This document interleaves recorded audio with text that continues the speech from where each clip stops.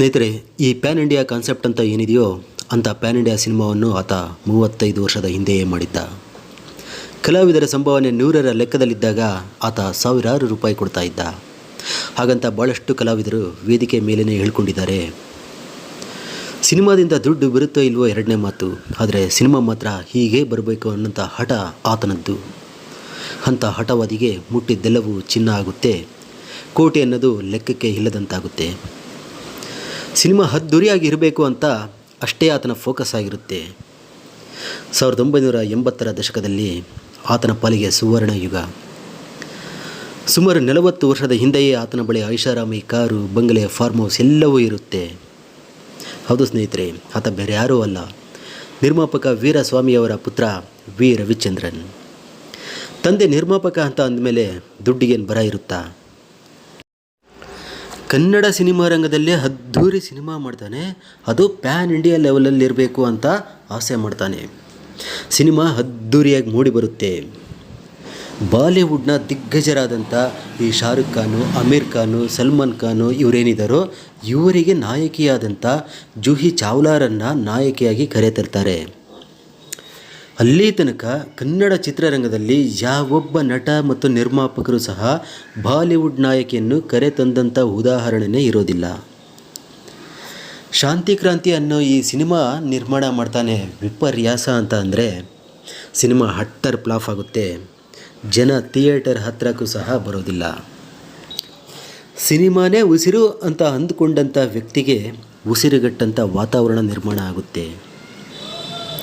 ಆ ಒಂದು ಸಿನಿಮಾದ ಸೋಲು ಮತ್ತೆ ಪುಟಿದೇಳಲೇಬೇಕಾದಂಥ ಅನಿವಾರ್ಯತೆಯನ್ನು ತಂದೊಡ್ಡುತ್ತೆ.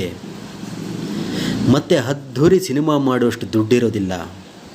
ಗೊತ್ತಿರಲಿ, ಈ ಶಾಂತಿ ಕ್ರಾಂತಿಗಿಂತ ಹಿಂದೆ ಖುಷ್ಬೂರವರ ಜೊತೆ ಹಲವಾರು ಸಿನಿಮಾಗಳನ್ನು ಮಾಡಿರ್ತಾರೆ. ಅವೆಲ್ಲವೂ ಸೂಪರ್ ಡೂಪರ್ ಹಿಟ್ ಆಗಿರ್ತವೆ. ಶಾಂತಿ ಕ್ರಾಂತಿಯ ಈ ಸೋಲು ಖುಷ್ಬೂರವರನ್ನು ಸಹ ಕಾಡುತ್ತೆ.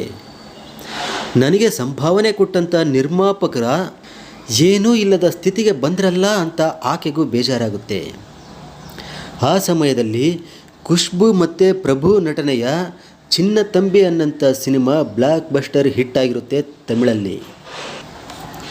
ಆ ಸಿನಿಮಾಗೆ ಚಿತ್ರಕಥೆ ಬರೆದಿದ್ದು ನಮ್ಮ ಆಪ್ತ ಮಿತ್ರ. ಚಿತ್ರಕಥೆ ಏನು ಬರೆದಿದ್ರು ಪಿ ವಾಸುರವರು, ಮತ್ತು ನಿರ್ದೇಶನ ಮಾಡಿದ್ದು ಡಿ ರಾಜೇಂದ್ರ ಬಾಬು. ಇಳೆಯರಾಜರವರು ಸಂಗೀತ ಕೊಟ್ಟಿರ್ತಾರೆ. ಆ ಸಂಗೀತ ಅದ್ಭುತವಾಗಿರುತ್ತೆ. ಅಂಥ ಒಂದು ಅದ್ಭುತ ಸಿನಿಮಾಗೆ ದುಡ್ಡು ಹಾಕಿದ್ದು ಅಂತಂದರೆ ಅದು ಕೆ ಬಾಲೂರವರು. ಖುಷ್ಬೂರವರು ಸೀದಾ ಬಾಲೂರವ್ರ ಹತ್ರ ಹೋಗ್ತಾರೆ, ಅವರನ್ನು ಭೇಟಿ ಆಗ್ತಾರೆ. ಕನ್ನಡದ ರೀಮೇಕನ್ನು ರವಿಚಂದ್ರನ್ ರವರಿಗೆ ಕೊಡಿಸ್ಬೇಕು ಅಂತ ಹಠ ಹಿಡಿತಾರೆ. ಈಗಾಗಲೇ ದುಡ್ಡೆಲ್ಲ ಕಳ್ಕೊಂಡಿದ್ದಂಥ ರವಿಚಂದ್ರನ್ ರವರಿಗೆ ಸಿಂಪಲ್ಲಾಗಿ ಹಳ್ಳಿ ಕತೆ ಬೇಕಾಗಿರುತ್ತೆ.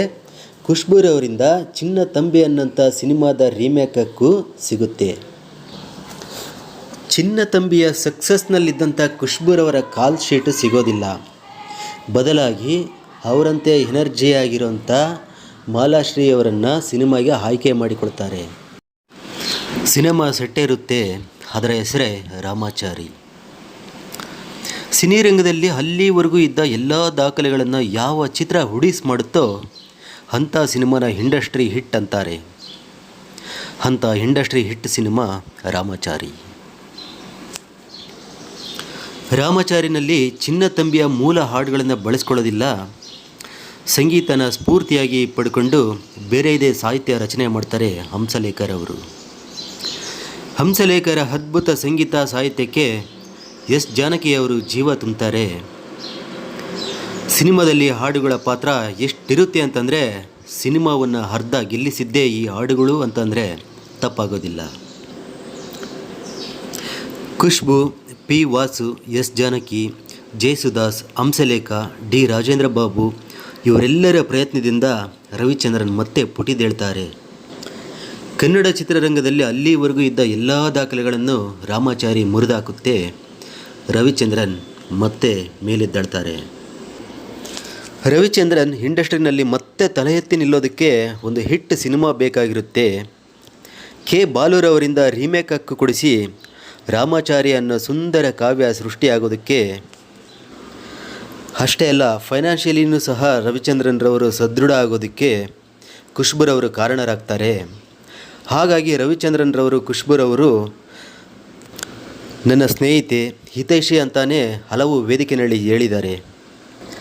ತೆರೆಯ ಮುಂದಿನ ಗಾಸಿಪ್ ಅದೇನೇ ಇರಲಿ ಸ್ನೇಹಿತರೆ, ತೆರೆಯ ಹಿಂದೆ ಒಂದು ಚಿತ್ರದ ಯಶಸ್ಸಿಗೆ ಅದೆಷ್ಟು ಕಾಣದ ಕೈಗಳು ದುಡಿದಿದ್ದಾವೆ ಅನ್ನೋದಕ್ಕೆ ಈ ರಾಮಾಚಾರಿ ಅನ್ನೋದೇ ಒಂದು ಉದಾಹರಣೆ. ಸ್ನೇಹಿತರೆ, ಈ ವಿಡಿಯೋ ಬಗ್ಗೆ ನಿಮ್ಗೇನು ಅನ್ನಿಸ್ತು ಅಂತ ಕಮೆಂಟಲ್ಲಿ ತಿಳಿಸಿ. ನನ್ನ ಯೂಟ್ಯೂಬ್ ಚಾನಲ್ ಯಾರಾದರೂ ಸಬ್ಸ್ಕ್ರೈಬ್ ಮಾಡಿಲ್ಲ ಅಂತಂದರೆ ದಯವಿಟ್ಟು ಸಬ್ಸ್ಕ್ರೈಬ್ ಮಾಡ್ಕೊಳ್ಳಿ.